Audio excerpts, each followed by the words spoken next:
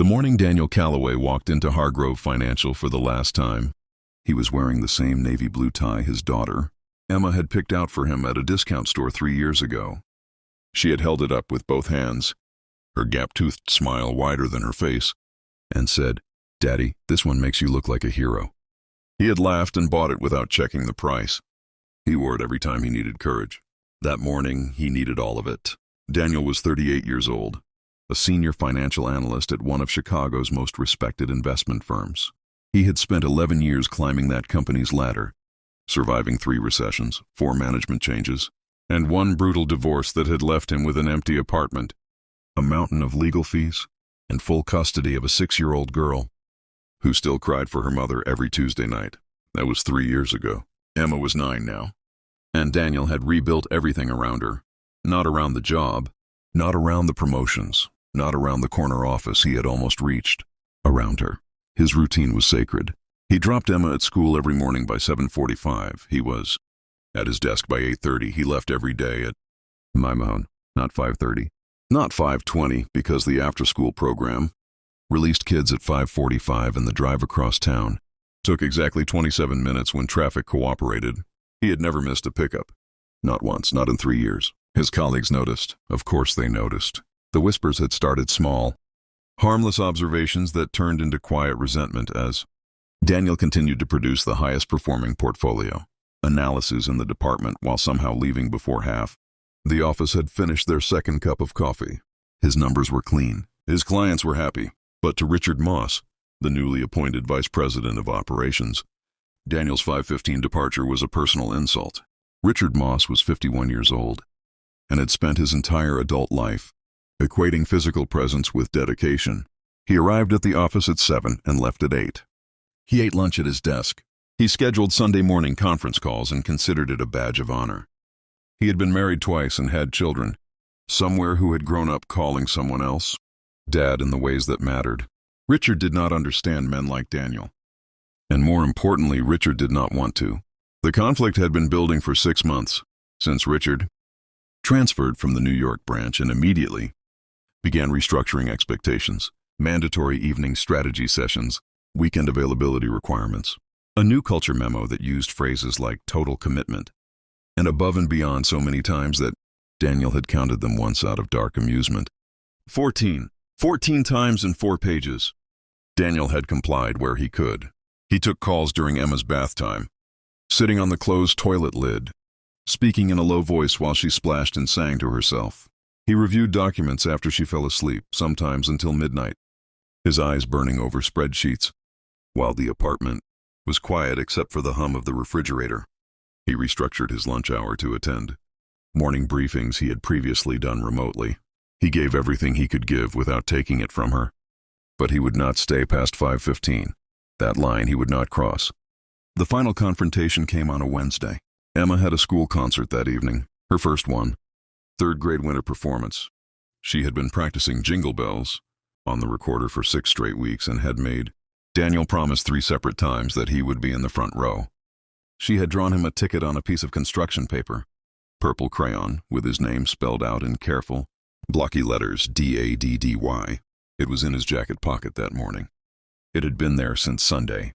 At 4:50, Richard Moss appeared in the doorway of Daniel's office and dropped a thick manila folder on his desk. "Hartwell account," he said. "Client wants a full revised projection before tomorrow's 9 a.m. meeting. I need you here tonight to work through it." Daniel looked at the folder. He looked at the clock. He thought about the purple ticket in his pocket. "Richard, I can have it done by 7 a.m. tomorrow. I'll work on it from home tonight and come in early." Richard's jaw tightened. "I said tonight. Here, the team needs to collaborate on this one. I have a commitment at 6:15 that I cannot move." "What commitment?"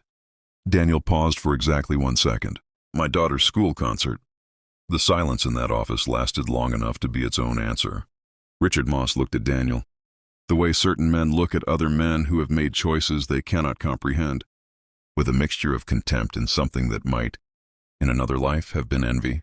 "Daniel," Richard said slowly, pulling out the chair across from the desk, and sitting down in the deliberate way of a man who wants you to understand that he has all the time in the world. "You are 3 months away from a senior director promotion. A promotion that comes with a 40% salary increase and profit sharing that could change your family's financial situation permanently. I am trying to help you, but I need to know that when it matters, this company comes first. Daniel felt the words settle over him like a fog. 40% profit sharing, financial situation permanently. He had a mortgage. He had Emma's college fund that barely existed. He had a 2019 Honda Civic with 94,000 miles on it. He understood exactly what Richard was offering. I appreciate that, Daniel said quietly. So you'll stay? No. Richard blinked. Excuse me? I'll have the Hartwell projections on your desk before 9 tomorrow morning. Complete and clean. But I'm leaving at 5:15. The temperature in the room dropped by several degrees. Richard leaned forward. I'm going to be very direct with you, Daniel. If you walk out that door tonight, I will personally recommend that your promotion be removed from consideration, permanently. And if this pattern of... He paused, choosing the word like a weapon. Unavailability continues. Your position here may need to be reevaluated entirely. So I am asking you directly, choose your job or whatever is waiting for you at 6:15.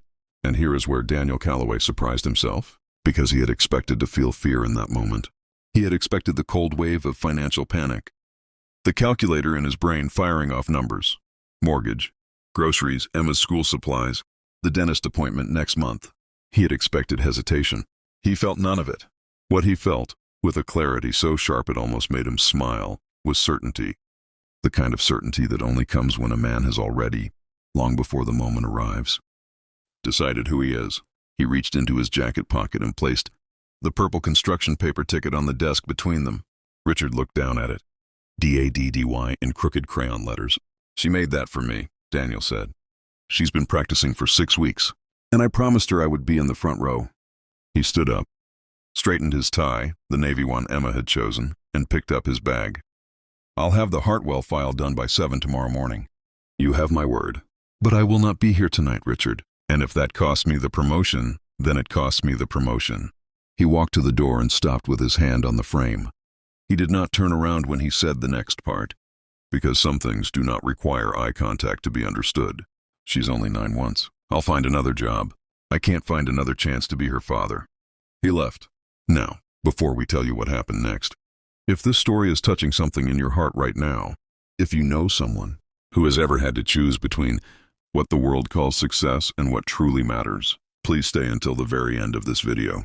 Because what happened to Daniel in the weeks that followed is something you will not want to miss. And if this channel has ever given you a story that moved you, that made you feel less alone in your own choices, this is the moment to hit that like button and subscribe. There are thousands of stories like Daniel's waiting for you here. Don't miss a single one. The concert was everything. Emma spotted him the moment he walked through the gymnasium doors. Still in his work clothes, navy tie loosened at the collar. She was standing in the third row of the risers in a white blouse and a red skirt, her dark hair in the 2 uneven pigtails that Daniel always tried his best with.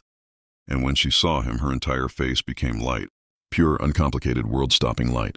She waved with her whole arm, the way children wave when they have not yet learned to be self-conscious about joy.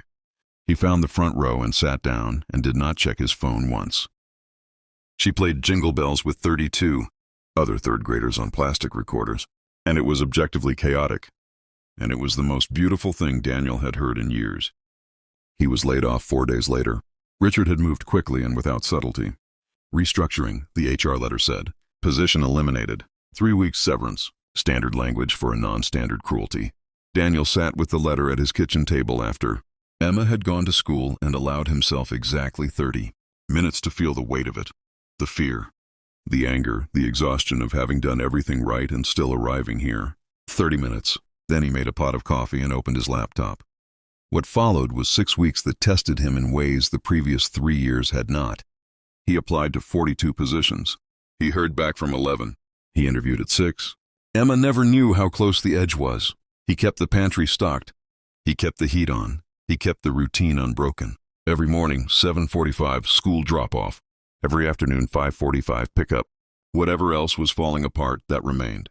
In the 4th week, he got a call from a man named Patrick Okafor, the founder of a mid-sized wealth management firm called Meridian Capital. Patrick had heard about Daniel through a former colleague. Specifically, he had heard the story of the purple ticket and the 5:15. departure, and the thing Daniel had said at the door on his way out. In the financial industry, stories travel. I've spent 20 years building a firm, Patrick told him over the phone.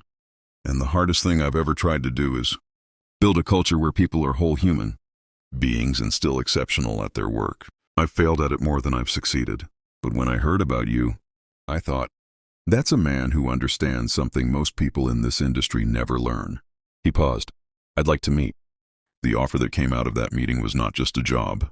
It was a senior director position.